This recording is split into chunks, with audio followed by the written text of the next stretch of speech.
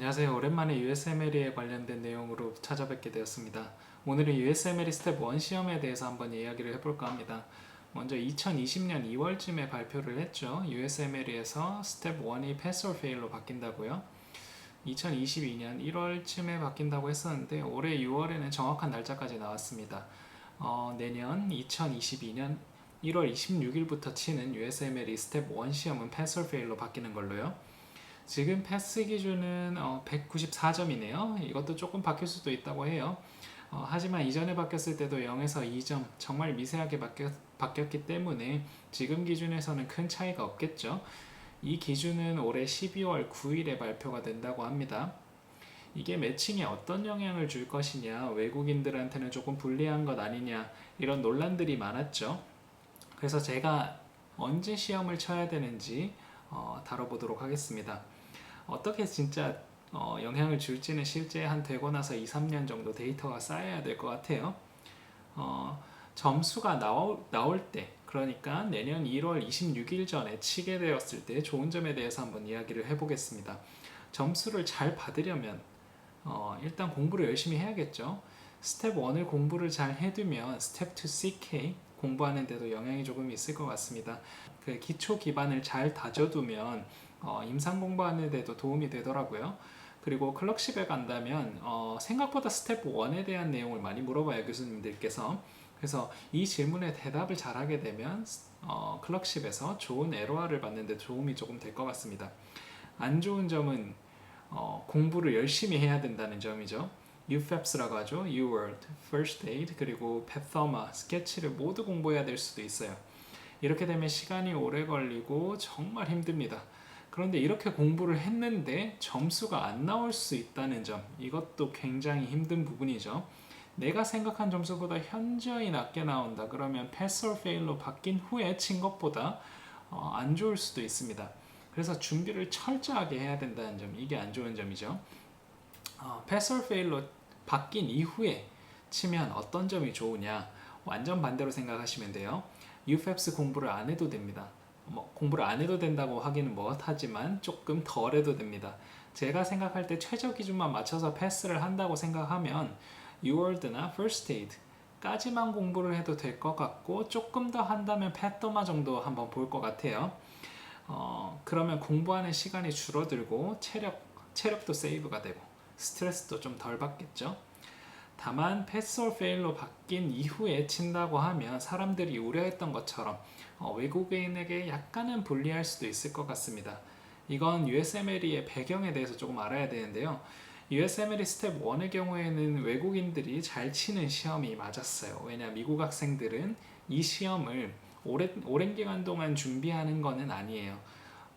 평균적으로 6에서 8주 정도 준비를 한다고 하고, 학교에서 시험을 치라고 준비하라고 주는 기간이 4주 정도밖에 되지는 않는 걸로 알고 있어요.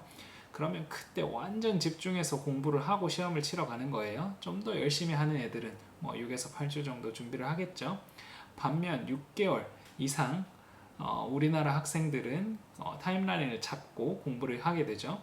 암기할 시간도 많고 공부할 시간도 많으니까 상대적으로 점수가 높게 나오겠죠. 시간을 더 많이 들였으니까요. 이러한 이유 때문에 외국인들이 평균적으로 스텝 1 점수가 미국인들에 비해서 조금 높았다고 생각이 돼요. 이것 때문에 좀 어필할 수 있는 지표가 있었는데 패스 or fail로 바뀌게 되면 이런 어필할 수 있는 부분이 사라지게 되는 거죠. 그래서 정리를 해보자면 점수를 높게 맞을 수 있는 사람은 패스 or fail로 바뀌기 전에 쳐야 됩니다.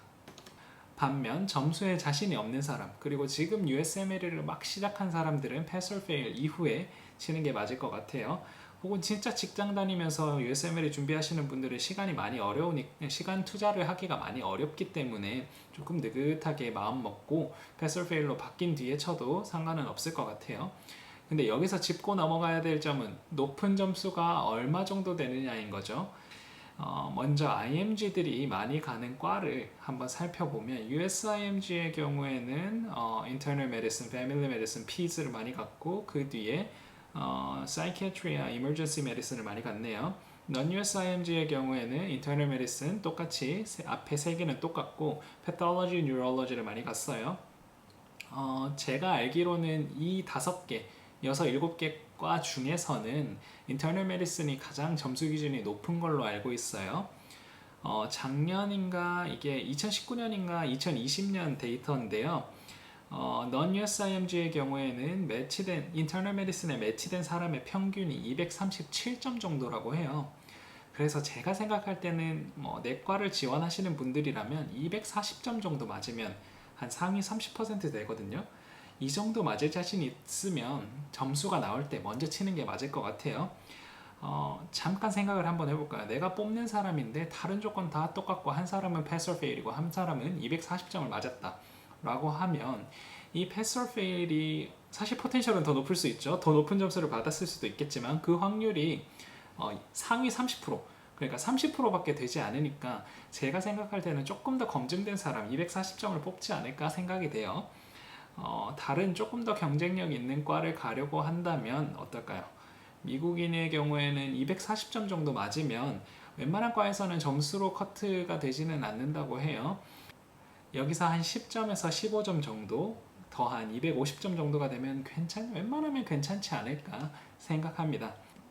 고민하고 계신 분들이 꽤나 있을 것 같은데 다른 분들의 생각도 한번 듣고 싶네요.